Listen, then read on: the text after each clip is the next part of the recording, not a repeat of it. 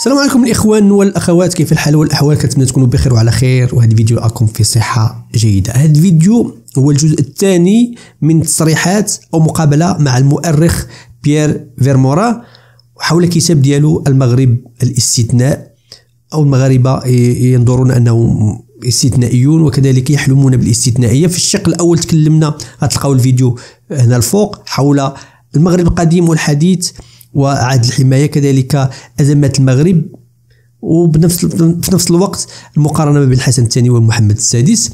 وكذلك في هذا الفيديو غنتكلموا على علاقة المغرب بإسرائيل، وكيفاش أن محمد السادس، هذه المعلومة قليل عارفة، أنه فاش جاء الحكم في نهاية التسعينات، أنه من بين الأمور اللي دارها أول مرة أنه ألغى القائم بالأعمال الإسرائيلي في بداية الحكم ديالو، بما كان يعرف بأزمات اللي كانت في الشرق الأوسط وحزب الله ولبنان. ولكن من بعد هو رجع العلاقات مع إسرائيل، لأنه المغرب عنده طموح آخر وهو الانفتاح، و البحث عن شركاء جدد، ناهيك على مشكل الصحراء وكذلك على ما يقع في الدول الأخرى، لأنها دول الخليج، لأنهم حتى هما غاديين في هذه السياسة ديال إعادة العلاقات مع دول أخرى كانت من قبل مقطوعة.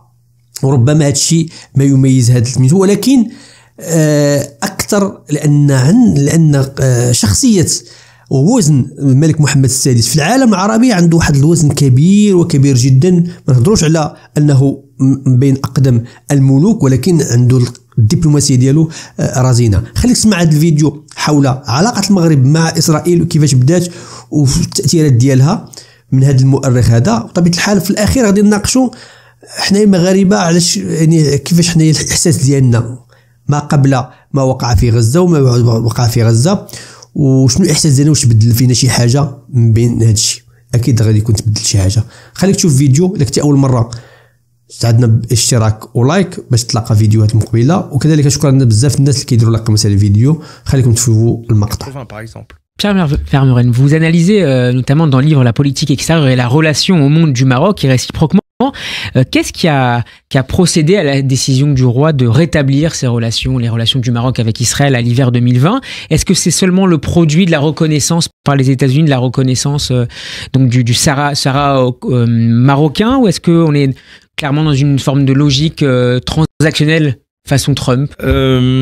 Alors, ces fameux accords d'Abraham, ainsi qu'on les appelle, d'abord, il faut rappeler que le Maroc a toujours eu, même de manière officieuse, des relations avec Israël, depuis le début, depuis qu'il est indépendant. C'est pas quelque chose de nouveau. Bon, par rapport à beaucoup de pays arabes, c'est assez original.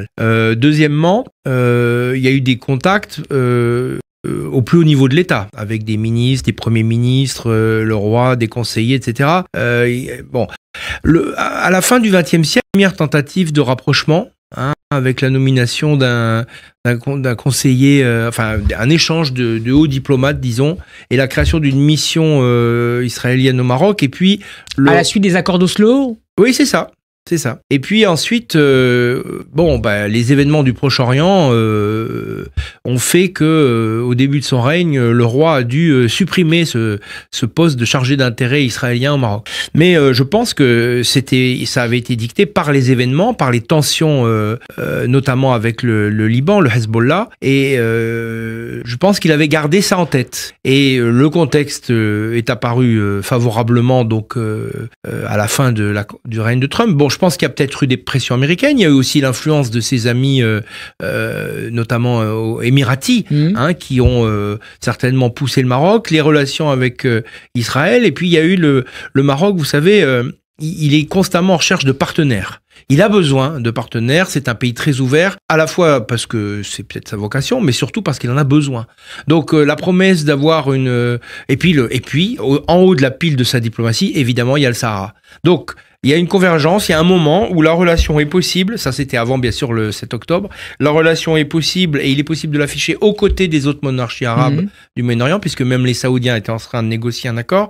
Deuxièmement, Trump ouvre une fenêtre d'opportunité puisqu'il est en fin de mandat et que voilà, et le Maroc se dit, comme on sait qu'il se bat vraiment absolument pour que les pays reconnaissent ce qu'il appelle les provinces du Sud soient pleinement reconnues officiellement, internationalement comme marocaines, et bien il se dit que là, il y a une opportunité. Et il est prêt, et en plus, cerise sur le gâteau en politique intérieure, il fait endosser cet accord aux islamistes du PJD qui dirigeaient le gouvernement. Ce qui d'ailleurs les a totalement décrédibilisés parmi leurs militants, puisqu'on l'a vu que le résultat aux élections, ils se sont effondrés dans les élections qui ont suivi. Est-ce que la diaspora marocaine en Israël joue un rôle, une forme de, non pas de lobbying, mais en tout cas pousse en faveur d'un rapprochement diplomatique avec le Maroc? Quand on voit les conséquences entre la signature en 2000, c'est ça, et le 7 octobre 2023, 2023. Entre 2020 et 2023. Voilà, en 2020 et 2023, il y a eu clairement un afflux important d'Israéliens, enfin d'origine marocaine, j'imagine, pour la plupart, mais pas forcément,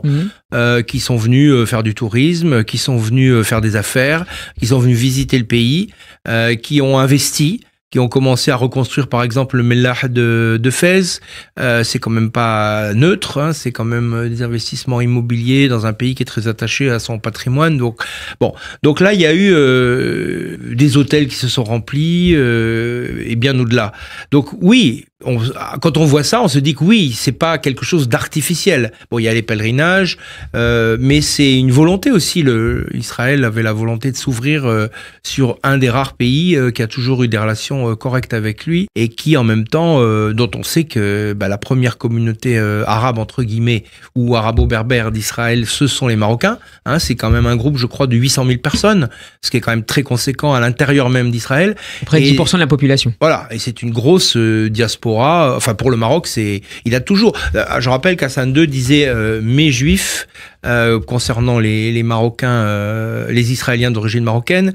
Donc toujours ce sentiment, non pas d'appartenance, mais en tout cas de lien, en tout cas personnel avec la monarchie marocaine, dont le Maroc s'honore, et en tout cas la monarchie. Et voilà, on en a eu une illustration. Mais je crois qu'effectivement, vous avez raison, c'est poussé aussi par une partie de la population israélienne, donc les Marocains d'Israël. Comment cette normalisation a été accueillie par les Marocains avant le 7 octobre? Alors, il y a eu des études d'opinion, ce qui est très rare, hein, au Maroc, il y a très peu d'études d'opinion. Mais là, on sait que, alors j'ai pas le chiffre exact en tête, mais je crois me rappeler et savoir que à peu près 37% des Marocains ont validé l'accord, ce qui n'est pas du tout nul. Alors, il y a une partie, je dirais, une composante nationaliste, puisqu'ils ont gagné la reconnaissance du Sahara. Et puis il y a une composante aussi, cette identité. Le nationalisme marocain est un sentiment très puissant. Les Marocains sont très fiers d'eux, de leur pays, de leur nation, et donc le fait d'avoir cette population juive en Israël d'origine marocaine qui pèse lourd, ça fait partie d'une forme d'identité du Maroc. Donc 37% c'est beaucoup. Bien sûr, un tiers était contre. Et puis un tiers, ce qui est énorme, ne se sont pas vraiment prononcés, donc ne sont pas radicalement contre non plus. Ça veut dire que quand même le groupe le plus important des trois, c'est le groupe qui a soutenu ces accords. Alors je pense qu'évidemment, si on fait les études aujourd'hui, on n'aurait pas les mêmes chiffres. J'allais y venir. Qu'est-ce que les massacres du 7 octobre par le Hamas en Israël et la guerre de Gaza ont changé de ce point de vue-là? Est-ce que cette guerre fragilise politiquement Mohamed VI ou du moins fragilise sa politique d'ouverture à l'égard d'Israël? Ça, c'est certain. À court terme, à moyen terme, c'est certain. Je note d'ailleurs que contrairement à ce qui s'était passé en 2002 ou 2003, si ma mémoire est bonne, il n'y a pas eu on n'a pas dénoncé l'accord. Il reste en vigueur. Bon. Mais enfin, évidemment que le Maroc, comme les autres pays du Maghreb, et alors bien sûr l'Algérie et la Tunisie sont très très en pointe dans le soutien aux Palestiniens et dans l'hostilité à Israël. C'est pas les mêmes sentiments qu'il y a de la part du Maroc, mais dans l'opinion publique, la solidarité avec les Palestiniens, une solidarité qui se matérialise pas forcément par des aides, etc. Parce que il se trouve que c'est le palais plutôt qui envoie des aides. Mais en tout cas, il n'y a pas de diaspora palestinienne au Maroc, par exemple. De cœur, il y a un attachement très puissant à la cause palestinienne et à la situation, au sort des Palestiniens. Voilà, donc ça c'est très partagé. Le Maroc n'échappe pas à cette composante, je dirais, translatérale dans tout le monde arabe et dans toute l'Afrique du Nord. Maintenant, le palais, bien sûr, est obligé ne peut pas avoir la même. Donc, je pense que la circulation, par exemple, des Israéliens au Maroc est plus compliquée, clairement. Eux-mêmes, je pense qu'ils ont compris qu'il fallait faire pavillon bas dans les circonstances présentes. On ne communique pas trop.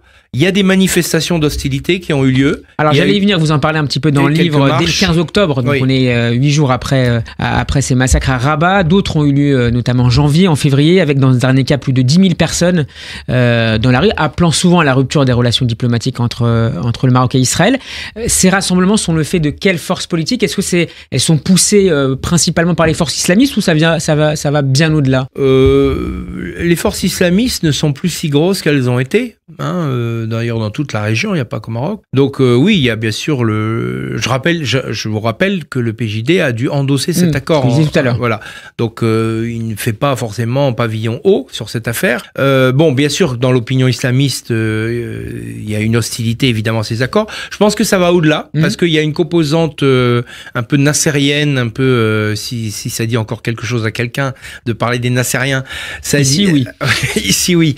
Il y a une composante nassérienne d'une partie de l'intelligentsia marocaine qui est sur des positions très pro-palestiniennes, et ça c'est des fractions à l'intérieur de l'Istiqlal, à l'intérieur de l'USFP, etc. Notamment, et puis aussi dans une petite partie de l'extrême gauche marocaine, bien sûr, qui marque sa solidarité. Donc c'est des franges politiques. Là, une grande partie de la population aujourd'hui marocaine échappe à ces catégorisations politiques. Mais il y a toujours des appareils qui sont très vigilants sur ces questions et qui sont bien sûr dans une opposition radicale à ce qui se passe en ce moment du côté de la bande de Gaza. Pour autant, on a vu dans le passé des manifestations monstres contre ce qui se passait quand il y a eu la guerre, par exemple, contre le Hezbollah. Il y a la guerre de 2006. Voilà, il y a eu des centaines de milliers de personnes qui ont manifesté dans les rues. Là, c'est pas le cas. Mais ça veut pas dire qu'en souterrain, il n'y a pas une hostilité. Ils ont bien compris, les Marocains. Il n'y a pas de limitation de ces mobilisations par le pouvoir marocain d'une manière ou d'une autre? Je pense, c'est ce que j'étais en train de dire. Et ils sont conscients certainement qu'il y a une prise de risque. Parce que quand même, aujourd'hui, les manifestations au Maroc, bon, il y en a eu beaucoup, depuis 2011, 2007, etc. Les manifestations sont très encadrées, très contrôlées, la population aussi. Manifester en faveur des Palestiniens, ça serait exprimer une forme de critique aussi du pouvoir? Ah bah oui, parce que si vous voulez, c'est quand même le pouvoir qui a signé cet accord. Il a pris un risque, ça a été beaucoup commenté à l'époque. Comme je vous ai dit, on a remarqué qu'une partie non négligeable du peuple marocain soutenait, mais enfin c'est très fragile, parce que si vous voulez, dans le reste du monde arabe, en tout cas dans le reste du Maghreb même, il y a une surenchère. Voilà, le Maroc n'échappe pas à cela, il y a la solidarité islamique. Bon, ce qui est compliqué, c'est que le roi, il est aussi, on en reparlera, mais c'est le président aussi du comité Al-Quds. Donc il a des liens privilégiés avec les Palestiniens aussi. Et des distributions alimentaires vont être organisées pendant le Ramadan, sont déjà organisées. Absolument. Ce qui est très courant au Maroc, mais évidemment là avec cette dimension internationale en plus. Voilà, donc en fait la monarchie marche sur des œufs. Manifestement les oppositions aussi, la police aussi. Et donc, il y a une espèce d'attente. C'est difficile de savoir ce qu'il en restera quand cette guerre sera terminée et les traces, vous voyez, parce qu'on peut pas jouer les mages ou les prophètes. Mais bien sûr qu'il y a eu un tournant, qu'on n'est plus dans les mêmes dispositions d'esprit pour une grande partie, et que le palais, par exemple, moi je situe la réconciliation avec la France, dont on parlera tout à l'heure, et avec certains pays européens, je mets ça aussi dans l'obligation du Maroc de se repositionner par rapport à ces... Parce qu'à un moment, il s'est dit, le palais, bon, on va miser sur les monarchies du Golfe, les Émirats, Israël, on aura Israël, la technologie, on aura les Émirats qui seront les capitaux, les Américains, l'ouverture internationale. Tout ce que procurait un peu la France et l'Europe avant. Donc il s'est dit, il y a un plan B. Mais dans la situation actuelle, le plan B n'est pas si flamboyant. D'abord parce que les capitaux arabes, personne ne les contrôle. Deuxièmement parce que Israël est en difficulté, et parce que les États-Unis, de toute manière, ils ne sont pas très investis dans la région et au Maroc en particulier, même s'ils ont une affection, mais voilà. Donc du coup, le retour de la France en grâce, si je puis dire, c'est à mettre dans cet équilibre. Le Maroc a annoncé hier avoir été le premier pays à être autorisé par Israël à livrer de l'aide humanitaire par voie terrestre en direction de la bande de Gaza. 40 tonnes de produits de première nécessité livrés par avion ont été chargés dans des camions pour atteindre ensuite le point de passage de Kerem Shalom, tout près de la frontière égyptienne, au sud de la bande de Gaza. Quel message politique est envoyé à travers cette communication, à la fois dans le souci des Palestiniens et de la relation aussi entre Israël et le Maroc, à travers cette autorisation? Effectivement, là, on est au cœur de cette politique très complexe. Je disais marcher sur les œufs. Je sais pas. C'est du en même temps marocain ? Oui, c'est du en même temps parce que c'est ce que veulent les Marocains fondamentalement. Enfin, en tout cas, c'est ce que veut le palais, l'appareil d'État. Une grande partie des élites marocaines veulent justement, quand vous avez commencé en parlant de l'exception marocaine. Voilà, on y est. C'est cette idée que le Maroc a suffisamment de profondeur historique, de force et une gestion particulière des affaires politiques pour être capable de surmonter le clivage entre le monde arabe et Israël et donc d'avoir cette politique même dans une situation de guerre. Donc d'un côté, oui, il y a des liens avec Israël qui se perpétuent, la preuve puisqu'il y a un accord avec Israël, alors qu'on aurait pu imaginer que l'Égypte, je crois, a déjà convoyé beaucoup de marchandises matérielles, mais là c'est un pays qui est très très loin. Donc il y a l'accord avec Israël d'un côté. L'Union européenne via Chypre ces derniers jours. Voilà. Et puis l'accord avec les Palestiniens, évidemment, parce que je rappelle que dans tous les médias du Moyen-Orient, on dit que les Palestiniens sont en train de mourir de faim. Et donc, symboliquement, c'est une réponse aussi à ce discours et à ces représentations très présentes, très puissantes. C'est ce que énormément de gens sont convaincus de ça en ce moment. C'est d'ailleurs un objet Enfin, il faudrait tracer ces questions. Bien sûr, la situation est très difficile, ça ne fait aucun doute. Mais donc, c'est une réponse en disant 40 tonnes, c'est peut-être pas beaucoup pour 2 millions de personnes. Néanmoins, ça n'est pas négligeable. D'autant plus qu'il y a évidemment beaucoup d'autres aides. Mais oui, c'est une manière de dire qu'on reste présent. Bien sûr, solidarité avec les Palestiniens, mais contact néanmoins maintenu avec Israël. C'est une manière de réaffirmer 5 mois après les événements d'octobre finalement que cette politique se poursuit. Alors que la guerre se poursuit toujours en parallèle des négociations en vue de la libération d'otages retenus par le Hamas, d'aucuns réfléchissent déjà, notamment au sein de l'administration Biden, au contour d'une relance politique de cette question-là. Est-ce qu'on pourrait envisager que Mohamed VI puisse y jouer un rôle important, à l'instar de ce qu'avait fait son père pendant les accords d'Oslo ? Écoutez, on verra. Ce qui est certain, c'est que, comme je disais, il y a eu un certain désengagement au Moyen-Orient de la monarchie marocaine depuis 20 ans. Les relations sont bonnes de manière bilatérale avec l'Arabie Saoudite, je pense, elles sont correctes, avec le Qatar, paradoxalement, avec les Émirats aussi, avec les princes, avec le roi de Jordanie, je pense aussi. Et donc puis avec Israël. Peut se targuer de parler à tout le monde finalement. Oui, le Maroc parle à tout le monde. Je crois que c'est vraiment, il n'y a que l'Iran avec lequel c'est très difficile, mais dans les pays de la région, oui, il parle à tout le monde. Donc ça, c'est un atout. Maintenant, quelle sera la forme de cette négociation ? Qui la pilotera ? Où aura-t-elle lieu ?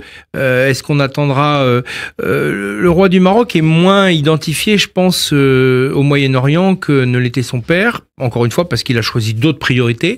Est-ce qu'il aura envie de s'investir sur un dossier qui est à la fois prestigieux et très dangereux? Il a le titre en tant que calife, commandant des croyants marocains. Il est aussi président du comité El-Quds. Ça devient maintenant un chef d'État du monde arabe assez ancien, parce que ça fait quand même presque 25 ans qu'il règne. Alors que beaucoup d'autres ont dû quitter le pouvoir, notamment à la suite de la révolution. Donc il a aussi un prestige de ce fait. Mais il faudra voir si le Maroc peut y trouver un intérêt et si lui-même a envie de s'investir. Il n'y a pas de réponse à cette question aujourd'hui. Je pense que ça dépendra beaucoup des conjonctures, des circonstances et de la manière dont la guerre va se déboucler, parce que pour l'instant on est toujours dedans. كما شفتوا الاخوان كان صراحه قال كلام قوي، ولكن انا اللي كيهمني انايا كمغربي وكيهمك انت كمغربي ما يهمنوش الاخرين اللي ماشي مغاربه، لان صراحه المغربي فاهم ملي كتشوف الاحصائيات وكتشوف ان الناس كيخرجوا في الشارع تنديدا بما يقع في غزة، وكذلك كتشوف الناس الدبلوماسية الحكيمة أنه المغاربة كيفرقوا ما بين يهودي وإسرائيلي وصهيوني. الكلام تكلمت فيه من قبل أن المغاربة كيفرقوا فرق أخي المغربي بين اليهودي أو اليهودية كديانة والصهيونية كواحد الفكر والإسرائيل كدولة في العلاقات الدولية. ليس كل ما هو يهودي صهيوني، وكل ما هو صهيوني راه هو إسرائيل، وكل ما إسرائيل راه فيها غير اليهود، لأن كما قلت لكم اليهود ماشي هما ماشي كل شيء يهودي صهيوني، لأن كاين اليهوديين ضد الفكر الصهيوني، لأن الصهيونية فكر، وكل ماشي وواحد النقطة ثانية ماشي كامل الصهيونية راه إسرائيل، الصهيونية فكر، راه كاين دول أخرى ليست بإسرائيل ولكن عندها فكر صهيوني، عندها فكر صهيوني متطرف، يعني مش الصهيونية ماشي فقط إسرائيل. وكذلك ليس كل إسرائيل يهود، لأن في اليهود فيها المسيحيين وفيها عرب وفيها بزاف، يعني هذا الخلط اللي كاين عند الناس الحمد لله المغاربه ما عندهمش، عارفين مفرقين ما بين هذا وبين ذاك، يعني تبارك الله عليهم. تفاعل معايا في هذا الموضوع هذا، شنو بالك علاقه المغرب مع اسرائيل، وممكن المغرب يكون عنده واحد الدور قوي في اعاده القضيه الفلسطينيه الى المنطقه الدبلوماسيه من بعد انها كانت في المنطقه السياسيه ودخلت عسكريا، ودابا تحاول ترجع ويتلقى واحد الحل. وكذلك ماذا قال المؤرخ حول هذه العلاقه. لك اول مره كتجي قناه بطبيعه الحال يسعدنا انك تشترك في القناه، وبطبيعه الحال كاين فيديو الجزء الثالث ما تنساوش حول دبلوماسيه المغرب وعلاقتها بفرنسا والجزائر، واللي غيكون مباشره وراء هذا الفيديو. شكرا الناس كيديروا لايك مثلا الفيديو، الى اللقاء فيديو اخر ان شاء الله. تهلاو.